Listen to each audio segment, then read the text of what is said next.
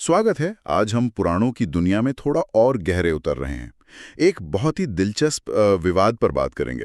दो भागवत पुराण है, देवी भागवत और विष्णु भागवत। सवाल यह है कि इनमें से कौन सा असल में महापुराण है। हमारे पास भागवत पुराणों में महापुराणत्व का विवाद नाम के एक लेख से कुछ खास बातें हैं। हमारा मकसद है कि दोनों पक्षों के तर्कों को ठीक से समझे और ये जानने की कोशिश करें कि आखिर ये कन्फ्यूजन या मतभेद है क्यों।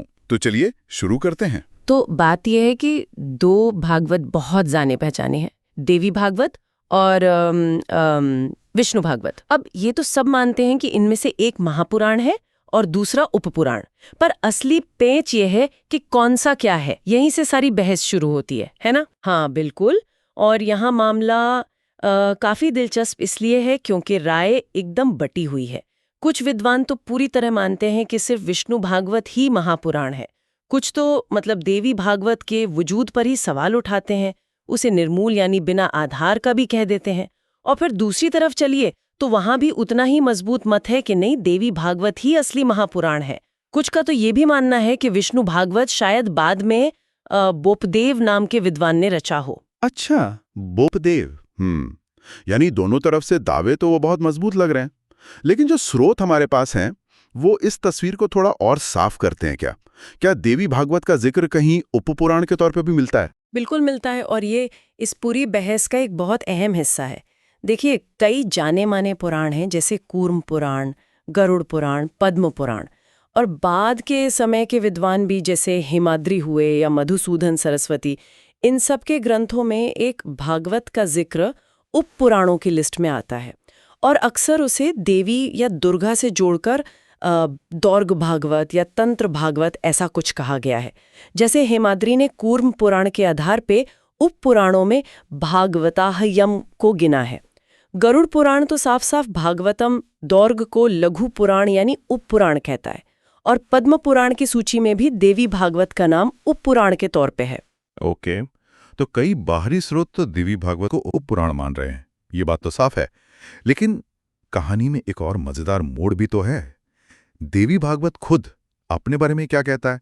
मैंने सुना है वो खुद को काफी ऊंचा दर्जा देता है। हाँ, आपने बिल्कुल सही सुना। ये बात और उलझा देती है मामले को। देवी भागवत अपने पहले ही स्कंद के पहले अध्याय में कहता है, भागवतम पुण्यम पंचमम वेद सम्मितम, मतलब कि ये पवित्र भागवत 5वें वेद के बराबर है, और उसे पंचम पुराण भी कहा गया है। तो ये दावे तो सीधे सीधे उसे महापुराण बनाने वाले हैं। 5वां वेद? अरे वाह, ये तो बहुत ही बड़ा दावा हुआ, खासकर तब जब दूसरे पुराण उसे उपपुराण बता रहे हों। ये विरोधाभास, इसे कैसे समझा जाए?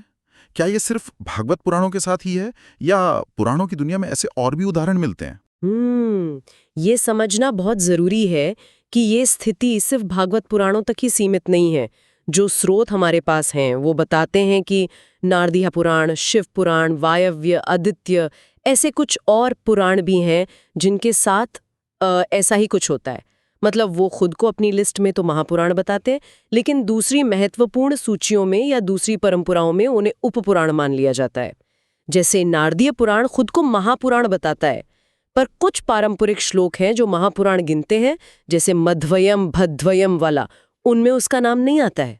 शिव, वायव्य, आदित्य पुराणों के साथ भी कमोबेश यही स्थिति है। तो ये कुछ वैसा ही मामला हुआ जैसे वैष्णव और शैव परंपराएं हैं, वो एक दूसरे के पुराणों को अलग अलग नजरिए से देखती हैं। जैसे कोई सात्विक कहता है, कोई तामसिक। मैंने सुना है स्कंद पुराण शैव पुराणों को सात्विक और वैष्णव को तामसिक कहता है, जो वैष्णव मत से एकदम उल्टा है। आप बिल्कुल सही दिशा में सोच रहे हैं, एकदम सही। यहाँ जो मुख्य बात है, जो कुंजी है, वो है पुराण मत भेदेन। इसका मतलब ही है पुराणों की अलग अलग मत परंपराओं के हिसाब से। तो एक ही ग्रंथ किसी एक ट्रेडिशन के लिए महापुराण हो सकता है और दूसरे के लिए उपपुराण, और इसमें कोई लॉजिकल प्रॉब्लम नहीं है, क्योंकि दोनों ही क्लासिफिकेशन अपने अपने मानने वालों के लिए अपने कॉन्टेक्स्ट में बिल्कुल ठीक है, मान्य है। जैसे वो 4 पुराण थे नारदीय, शिव, वायव्य, आदित्य, जिनके लिए दोहरी स्थिति है, वैसा ही देवी भागवत के लिए भी समझा जा सकता है।